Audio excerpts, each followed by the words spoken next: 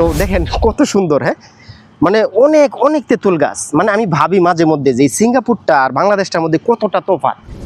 এই দিকটাও এই পুরা যে সারিগুলা দেখতেছেন সমস্তগুলা হচ্ছে তেঁতুল গাছ। আবার এই দিকটা যদি দেখাই, এই দিকেও সেম। মাঝে মধ্যে ভাবি যে কোন দেশে বসবাস করতেছি, কোন দেশে আসলাম। শুধু তেঁতুল না, এই দেশে কিন্তু বহুত কিছু এইভাবে রাস্তায় পড়ে থাকে। বাংলাদেশি নাকি? ও আচ্ছা, যাই হোক, এই যে এখানে একটা ভাই আছে, দুইজন ভাই বসে রয়েছে।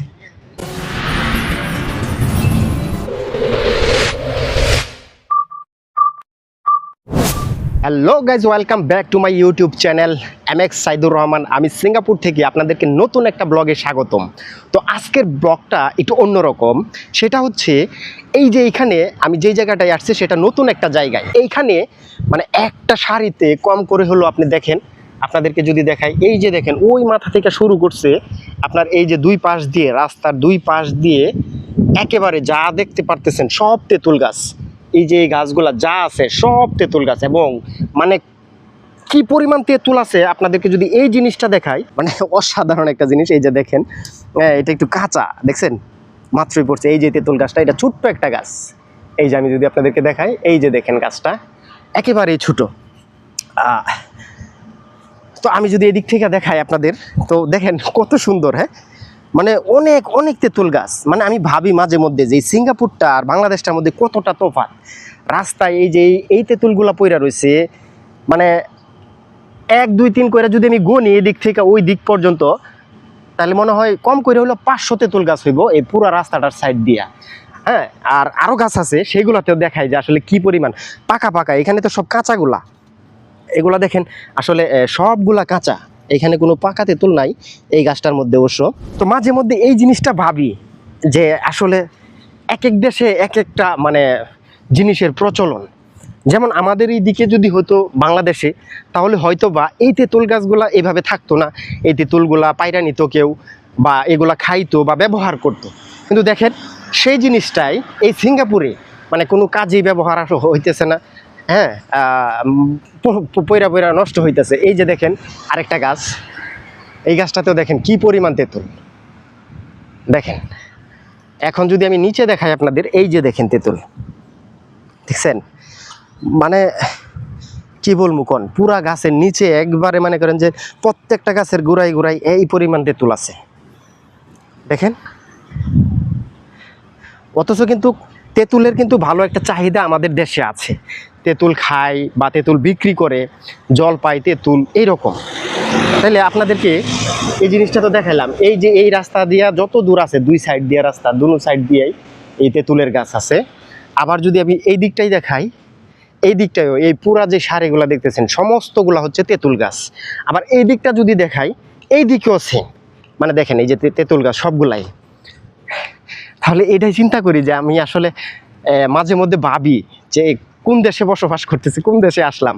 শুধু তেঁতুল না, এই দেশে কিন্তু বহুত কিছু এইভাবে রাস্তায় পড়ে থাকে, মানে ফল।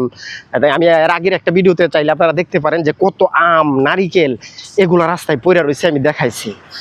হ্যাঁ, এখন আরেকটা জিনিস দেখাই আপনাদেরকে। এই জিনিসটা আমি একটু বলার চেষ্টা করি। এই যে আমার পিছনের যেই ইয়াটা দেখতেছেন, বিল্ডিংগুলা 1 2 3 4 5 6 এদিক দিয়ে বহুত।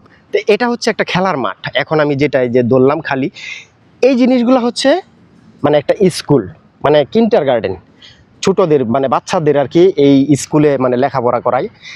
তাহলে একটা জিনিস দেখেন, শুধু বাচ্চাদের জন্যে স্কুলের যে ব্যবস্থাটা করছে দেখেন কি পরিমাণ, কতগুলা বিল্ডিং তৈরি করছে, 2 তলা 3 তলা 4 তলা করে। আর কি খেলার একটা মাঠ, তার পাশে আরেকটা মাঠ, এটা হচ্ছে ফুটবল খেলার মাঠ, তার পাশে আরেকটা আছে। আমি যদি আপনাদেরকে ওই দিক দিয়ে দেখাই তাহলে হয়তো আপনারা বুঝতে পারবেন। তো আসলে এই জন্যই সিঙ্গাপুর উন্নত। আর আমাদের দেশের আসলে কিছু কিছু ডিফারেন্ট আছে সিঙ্গাপুর আর আমাদের দেশের মধ্যে। কিছু ক্ষেত্রে একটু বেশ কম আছে, ব্যতিক্রম আছে। যদি আমাদের দেশের লোকগুলা বা আমরা যারা আছি সাধারণ পাবলিক, তারা যদি এই জিনিসগুলাকে কাটায় উঠতে পারতাম। বাংলাদেশি নাকি? ও আচ্ছা, যাই হোক, এই যে এখানে একটা ভাই আছে, দুইজন ভাই বসে রয়েছে। না সমস্যা না। এই যে এরা দুইজন, আপনারা কি এনে কাজ করেন নাকি ভিতরে? এই যে এরা দুইজন হচ্ছে আমাদের বাংলাদেশি ভাই, এরা এখানে কাজ করে এটার ভিতরে। তো এটা কি স্কুল না ভাই? স্কুল। যাই হোক, এটা ইউটিউবে ছাড়বো ভাই ভিডিওটা, বুঝছেন? আমি মানে ব্লগ ভিডিও তৈরি করি প্রতিদিনই, তো সেই জন্য এখন এই যে দেখলাম তেঁতুল গাছগুলা পুরা রাস্তা জুড়ে তেঁতুল গাছ এগুলা পড়ে রয়েছে, এটা সুন্দর একটা জিনিস। কারণ বাংলাদেশে তো এই জিনিসগুলো এইভাবে হয় না, থাকলে হয়তো মানুষ পায়রা নিয়ে যাইতো অথবা এটা বিক্রি করতো কেউ না কেউ পায়রা, কিন্তু সিঙ্গাপুরে কিন্তু ঠিকই নষ্ট হইতেছে। হ্যাঁ, ইউটিউব, টিকটকে ছাড়ি, তবে মানে অল্প ছাড়ি আর কি, ফুল ভিডিওটা ছাড়ি না, ছাড়ি হচ্ছে ইউটিউবে, মেনলি হচ্ছে আমার ইউটিউব। তো যাই হোক, তো দেখতেই পাচ্ছেন এরা হচ্ছে এই যে আপনারা কি এই খেলার মাঠের মধ্যে কাজ করার জন্য আসছেন? তারা আসছে এই খেলার স্কুলের মাঠটার মধ্যে কাজ করার জন্য। আমাদের বাংলাদেশি ভাইয়ের বাড়ি কোথায়? নারায়ণগঞ্জ। ভাইয়ের বাড়ি হচ্ছে নারায়ণগঞ্জ। তো যাই হোক, আপনাদেরকে এখন যেটা দেখাইতেছিলাম, তো যা ভাই আসি। হ্যাঁ, ওকে ভাই, দোয়া করবেন ভাই। এরকম একটা সিচুয়েশন বা এরকম একটা পজিশন তৈরি করে নিতে হয় যাতে করে দেশটা সুন্দর চলে, এখানে কোনো রকমের অপকর্ম না হয়। যেমন আমাদের দেশে যদি এরকম তেঁতুল গাছ থাকতো, তাহলে হয়তো বা কী করতো, বাচ্চা ছেলে মেয়েরা তারা হয়তো বা এগুলা পায়রা নিয়ে যাইতো বা যে কোনো মূল্যে। এখন এই শিক্ষাটা আসে কোত্থেকে? এই শিক্ষাটা অবশ্যই আসে তাদের গার্জিয়ানের পক্ষ থেকে। যারা ছোট ছোট বাচ্চারা আছে, সন্তান আছে বাবা মায়ের, তাদেরকে যদি আমরা ওই শিক্ষাটা দিতে পারি যে দেখো এগুলো রাস্তার জিনিস, এগুলো ধরা যাবে না, বা এটা অন্যের জিনিস, এগুলো আমরা ধরবো না। তো যদি আমার বাবা মা আমাকে শিখাইতো, তাহলে ওই তো অবশ্যই আমি যখন বিয়ে করবো, আমার সন্তান হবে, আমি আমার সন্তানকে এটাই শিখাইতাম যে দেখো এগুলো রাস্তার জিনিস বা এটা অন্যের জিনিস, এই জিনিসগুলো আমরা ব্যবহার করতে পারবো না, এটা তাদেরটা তারাই ব্যবহার করবে। বিশ্বাস করেন ভাই, আমি একটা কথা বলি, 1 কোটি টাকা যদি সিঙ্গাপুরে পড়ে থাকে বা একটা মোবাইলও পড়ে থাকে, সেটা কেউ ধরবে না, ওই জায়গাতেই থাকবে। হয়তো বা এটা যদি কেউ ধরে নিয়ে কোনো একটা জায়গায় দিবে যাতে এই ব্যক্তিটাকে খুঁজে বাইর করে দিতে পারে।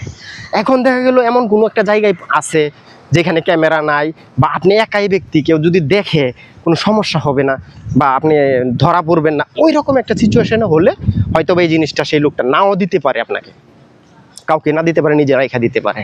তো এরকম খুবই কম হয় সিঙ্গাপুরে। তো হ্যালো গাইজ, আরেকটা জিনিস দেখায় আপনাদেরকে এই ভিডিওটার ভিতরে, সেখানে হচ্ছে এই যে আমার পিছনের যে জায়গাটা দেখতেছেন, এই জায়গাটা, এই যে টেবিল দেখতেছেন, তারপর আপনি এই যে টেবিল জায়গাটা দেখতেছেন, পুরো জায়গাটা, এটা একটা স্মোকিং এরিয়া। কেন সিঙ্গাপুর এতটা ভালো এবং কেন সিঙ্গাপুরে মানে খুবই নিট অ্যান্ড ক্লিন, সেটা আমি আপনাদেরকে দেখাই যে তারা কতটুকু ব্যবস্থা করে। আপনি দেখেন এই এরিয়াটা সম্পূর্ণটা এই বিল্ডিংটার জন্য। এখন এই এরিয়ায় দেখেন, এই যে এই জায়গাটায়, এই যে এটা হচ্ছে স্মোকিং এরিয়া, এই জায়গা, এই জিনিসটা এখানে রাখা, দেখেন একটা সিগারেটের কোনো অংশ মাটিতে পড়া নাই। আমি যদি আপনাদেরকে দেখাই, এই যে এখানে একটা টেবিলের মধ্যে এটা দিয়ে রাখছে, এর মধ্যে মানে সিগারেট রাখে খাওয়ার পরে, ওয়েস্টেজটা আর কি, এটাতেও সেম। তার মানে হচ্ছে কি, তাদের শৃঙ্খলাটা, আমি শুধু এতটুকু বোঝানোর চাইছি যে এখানে কি বুঝাইবার চাইতেছি, দেখেন তাদের যে শৃঙ্খলাটা, তাদের মধ্যে যে কতটা শৃঙ্খলতা, এটাই আমি বুঝাইবার চাইছি। সিগারেট খাইবো সেইটার জন্যে এত সুন্দর বেঞ্চ রাইখা দিছে, এখানে একটা সিগারেটের স্ট্রে রাইখা দিছে বড়, পাশে আপনি যদি ওইখানে গিয়ে সিগারেট খান ওই জায়গায় অথবা ওই জায়গায়, আপনার ফাইন হবে। যদি আইসা দেখে বা দেখতে পারে, মিনিমাম $400-500 ফাইন করবে, প্রায় 50,000 টাকা ফাইন করবে বাংলা। তাহলে এই জিনিসগুলো যদি টেন্ডেন্সিটা মানুষের ভিতরে থাকে যে আমি যদি ওইখানে যাই, আর আসলে সবচাইতে বড় কথা হচ্ছে তাদের ভিতরে একটা মনুষ্যত্ব থাকে, এই সিঙ্গাপুরের যারা আছে এবং আমরা যারা বাংলাদেশিরাও চলে আসছে এখানে, তারাও এটা শিখা ফেলাইছে। মানে কয় না যে আমাকে একটা শিক্ষিত মা দাও, আমি তোমাদের একটা শিক্ষিত জাতি দিব। তো সেইটাই হচ্ছে আর কি এখানে, যে আপনি যদি আমি বাংলাদেশি হয়েও সিঙ্গাপুরে আইসা তাদের কালচারটা শিখে ফেলাইছি আমার মতো সবাই, যে আমি জানি আমি ওইখানে গিয়ে যদি সিগারেট খাই তাহলে আমার জন্য ভালো হবে না এবং আমাকে একটা জরিমানা দিতে হবে, তাই আমরাও এখানে এসেই খাই। তো এই জিনিসটাই যদি আমাদের বাংলাদেশে এরকম কোনো একটা কালচার থাকতো বা এরকম একটা আইন থাকতো বা এরকম শক্ত একটা ব্যবস্থা থাকতো, যে আপনি যদি যে কোনো একটা জিনিস খাওয়ার পরে সে বজ্রটা যদি বাহিরে কোথাও ফালান বা অন্য জায়গায় ফালান, তাহলে হয়তো বা এরকম ফাইন হবে।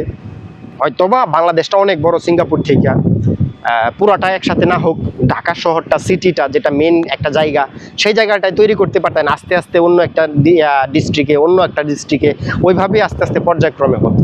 এরকম ব্যবস্থা পুরো সিঙ্গাপুর জুড়েই আপনি পাবেন, এমন কোনো জায়গা নাই যেখানে আপনি এরকম সিগারেট খাওয়ার একটা নির্দিষ্ট স্থান পাবেন না, প্রত্যেকটা জায়গাতেই আছে। তো যাই হোক গাইস, এটা আসলে অন্যরকম কেউ মাইন্ডে নেবেন না, এটাই বোঝানোর চাইলাম আমি যে আসলে মানুষের ভিতরে যদি কোনো কিছু ভালো করার চেষ্টা থাকে তাহলে পারে, যে কেউ পারে। আমরা নিজেরাই এখন এটা ইউজ করি, কোথাও ফালাই না ময়লা, সব কিছু সুন্দর পরিষ্কার করে রাখা যায়। আমি ব্লগ ভিডিও তৈরি করি সিঙ্গাপুরে, চেষ্টা করি নিজের রিয়েলটা দেখানোর জন্য। দেখেন আমার কোনো, এই যে আমার দেখেন স্যান্ডেল পরে আমি চলে আসছি, দেখছেন অবশ্যই আশা করি দেখতে পারতেছেন, স্যান্ডেল পরে চলে আসছে, একটা মাইক লাগাইছি, কারণ হচ্ছে আমি ভিডিও করব, আমার রিয়েল জিনিসটা দেখাবো সিঙ্গাপুরের। আমি এখানে কোনো রকমের 2 নাম্বারই এডিটিং বা আমি ভাই ইমুক, আমি শিমুক, আমি সিঙ্গাপুর থাকি, ভাই ওগুলো আসলে চিন্তা করি না।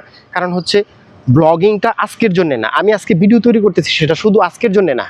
আজকে যদি আমি আপনার সাথে একটা ফ্রড করি বা একটা মিথ্যা কথা বলি বা একটু ভাবসাব দেখাই, আপনি আমাকে ভালোবাসবেন, আমার ভিডিওটা দেখবেন না, তাহলে আমার ভিডিও বানানোটাই ব্যর্থ। আমি ভিডিও তৈরি করি, আমি কি হচ্ছে সিঙ্গাপুরের সমস্ত কিছু আপডেট দেওয়ার চেষ্টা করি। হ্যাঁ, মাঝে মধ্যে অনেক ভিডিওতে অনেক কিছু দেখাই, তো সেই জিনিসটাই। তাই এখন যদি আমি সেখানে মিথ্যা বলি, আজকে একদিন যদি আপনি দেখে ফেলান যে আমি মিথ্যা বললাম বা এটা হইলো না, তখন তো এর পরবর্তীতে আপনি আর আমাকে দেখবেন না আমার ভিডিও, তাইলে আমি ব্যর্থ।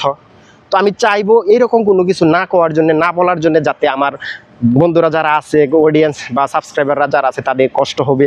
যদি এই ভিডিওটা ভালো লাগে অবশ্যই আমার চ্যানেলটা সাবস্ক্রাইব করবেন, পরবর্তীতে এরকম সুন্দর সুন্দর ভিডিওটা দেখার জন্য। অবশ্যই আপনাদের একটা লাইক, কমেন্ট আর সাবস্ক্রাইবের জন্যই আসলে আমরা চেয়ে থাকি, বারবার স্ক্রল করি যে কারা কারা করলো। তো যাই হোক, দোয়া করবেন, হাতে ধরে রাখতে মোবাইল কষ্ট হয়। নতুন একটা গ্যাম্বল নিব, হাতে স্ট্যান্ড, যেটাকে ধইরা মোবাইল রাখিয়া কথা বলতে পারি, কারণ খুব কষ্ট হয় এভাবে ভিডিও তৈরি করতে। যেহেতু কন্টিনিউ করে যাচ্ছি আর আপনাদের ভালোবাসাও পাইতেছি অল্প অল্প করে, মাশাআল্লাহ 0 সাবস্ক্রাইব থেকে আজকে 84 জন সাবস্ক্রাইবার হয়েছে।